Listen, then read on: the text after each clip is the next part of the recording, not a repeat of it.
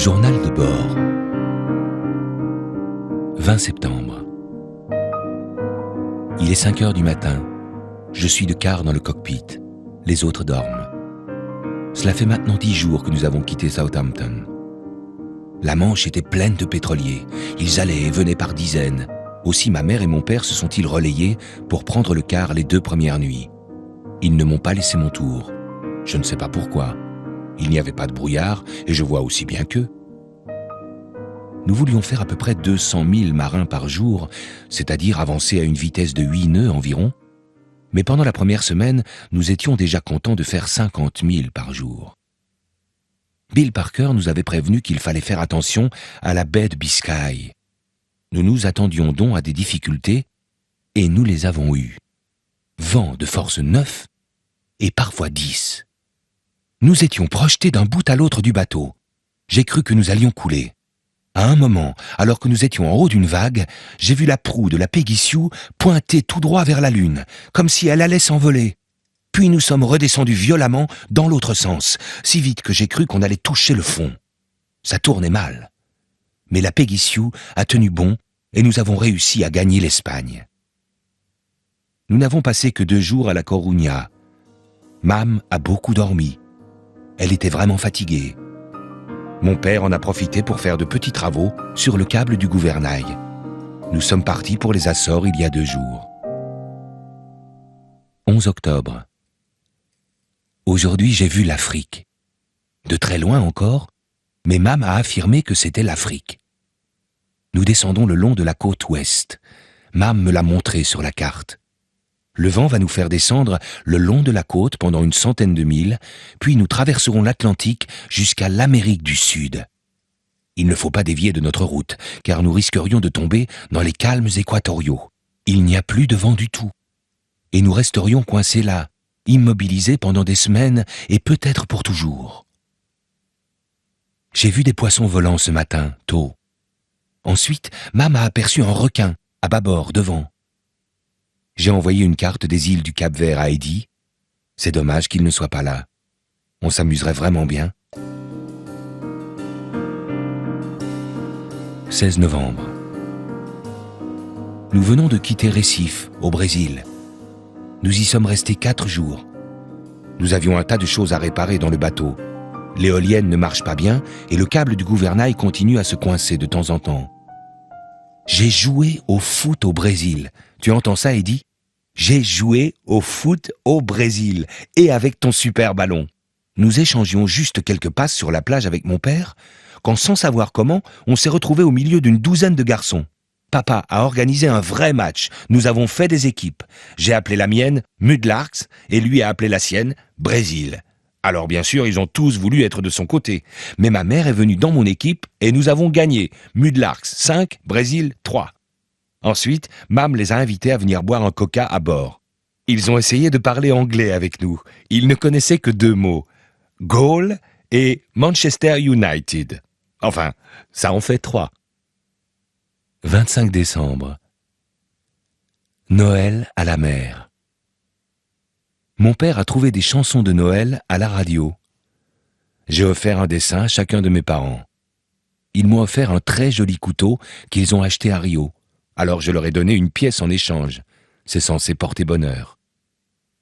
Pendant que nous étions à Rio, nous avons nettoyé la Peggy Sue de fond en comble. Elle commençait à avoir l'air un peu miteux, mais à présent, elle a repris sa belle allure. Nous avons acheté un tas de provisions et de l'eau pour la longue traversée qui nous attend jusqu'en Afrique du Sud. Maman dit que tout va bien, tant que nous gardons le cap au sud et que nous restons dans le courant ouest-est de l'Atlantique Sud. 1er janvier 1988. L'Afrique, de nouveau. Le cap, la montagne de la Table. Et cette fois, nous ne passons pas à côté en bateau, nous allons nous y arrêter. Mes parents me l'ont dit ce soir. Nous allons passer une quinzaine de jours en Afrique, et peut-être plus. Nous allons voir des éléphants et des lions en pleine nature. Je n'arrive pas à y croire. J'ai l'impression qu'eux non plus. 7 février. Nous sommes à des centaines de milles des côtes, en plein océan Indien, et voilà ce qui s'est passé. D'habitude, Stella ne monte sur le pont qu'en cas de calme plat. Je ne sais pas ce qui lui a pris de monter. Nous étions tous occupés, j'imagine. La Peggy Sue tanguait et roulait un peu. J'avais du mal à garder mon équilibre. Je levai les yeux et vis Stella à la proue du bateau. Elle était là. Une seconde plus tard, elle n'y était plus. Nous avions fait des dizaines de fois la manœuvre de l'homme à la mer avec Bill Parker dans le chenal du Solent. Crier et montrer la personne du doigt, continuer à crier, continuer à montrer du doigt, venir dans le vent, affaler rapidement les voiles, mettre le moteur. Le temps que papa ait affalé la grand voile et le foc, nous nous dirigions déjà vers Stella. Je continuais à la montrer du doigt et à crier. Elle se débattait dans l'eau verte d'une vague menaçante. Papa se penchait par-dessus bord pour essayer de l'attraper, mais il n'avait pas mis son harnais de sécurité. Et ma mère devenait folle. Elle essayait d'amener lentement le bateau le plus près possible de Stella, mais une vague éloigna la chienne de nous au dernier moment. Il fallut tourner et revenir près d'elle. Je continuais toujours à crier et à la montrer du doigt. Nous revînmes 3 fois, mais en vain. Soit nous allions trop vite, soit elle était hors d'atteinte. Elle ne se débattait presque plus. Elle allait couler. Il ne nous restait plus qu'une chance. Nous revînmes encore. Cette fois, la manœuvre était parfaite et papa était assez près d'elle pour l'attraper en se penchant. À nous 3, nous parvînmes à hisser Stella dans le bateau en la prenant par son collier et par la queue. J'eus droit à un « Bravo, bille de singe !» de mon père, tandis que lui-même se faisait passer un sacré savon par ma mère parce qu'il n'avait pas mis son harnais de sécurité. Papa se contenta de la prendre dans ses bras et elle se mit à pleurer. Stella se secoua et descendit dans la cabine comme si de rien n'était. Mam a établi une règle stricte. Stella Artois ne doit jamais sortir sur le pont, quel que soit le temps, sans son harnais de sécurité. Comme nous. Papa va lui en faire un. Il m'arrive encore de rêver aux éléphants d'Afrique du Sud. J'ai tant aimé leur lenteur, leur air pensif. Je revois toujours les girafes, hautaines, me regardant de haut, et le lionceau dormant avec la queue de sa mère dans la bouche. Ensuite, l'Australie, kangourous, opossums et wombats. Mon oncle John est venu à notre rencontre, à Perth. J'avais déjà vu des photos de lui, mais je ne le connaissais pas. Les étoiles sont si brillantes, et Stella est saine et sauve. Je pense que je suis plus heureux que je ne l'ai jamais été. 3 avril. Perth, Australie. Depuis l'Afrique, nous n'avons vu que l'océan, sans rien d'autre. C'est le premier jour où nous apercevons la côte. Se retrouver seul en mer sur la Peggy Sue, j'aime de plus en plus ça. C'est pour tous les 4 pareil, je pense. Mais ensuite, dès que nous voyons la Terre, nous devenons surexcités. Quand nous avons aperçu l'Australie pour la première fois, nous avons sauté en l'air et nous nous sommes pris dans les bras les uns des autres.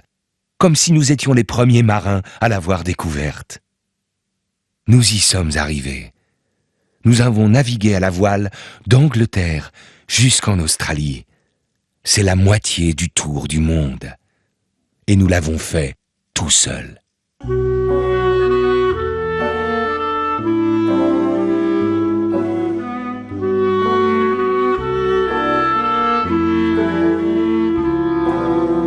28 mai.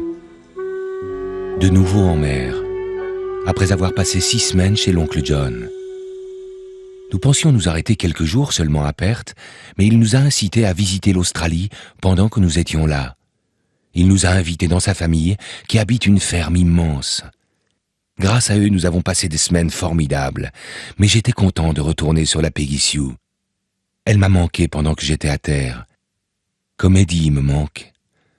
Je lui ai envoyé des cartes postales, avec de drôles d'animaux dessus quand j'en trouvais. Comme programme, nous avons l'intention de faire escale à Sydney, d'explorer la barrière de corail, puis de traverser la mer de corail et de remonter vers la Papouasie-Nouvelle-Guinée. 28 juillet. Je regarde autour de moi.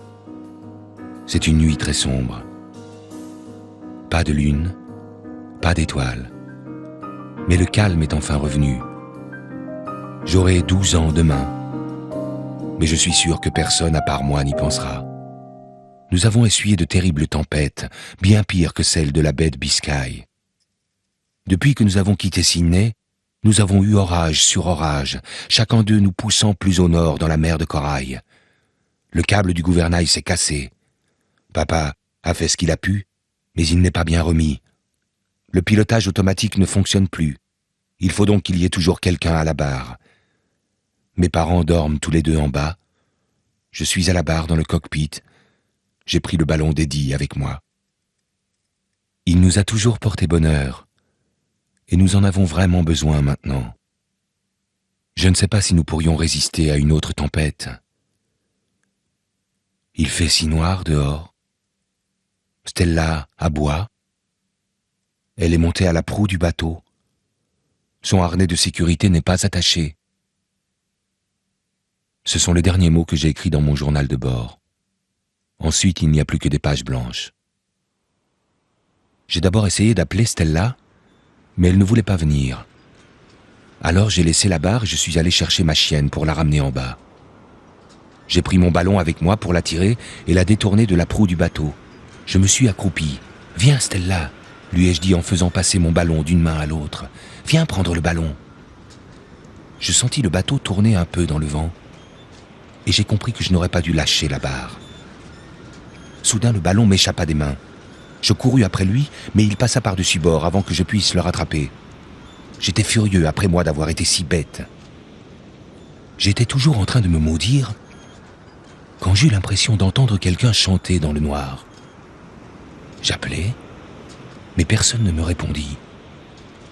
Voilà ce qui avait fait aboyer Stella. J'essayai de nouveau d'apercevoir mon ballon, mais il avait disparu. Je tenais beaucoup à ce ballon. Je compris alors que je venais de perdre plus qu'un ballon de football. J'étais en colère contre Stella, tout était sa faute. Elle continuait à aboyer.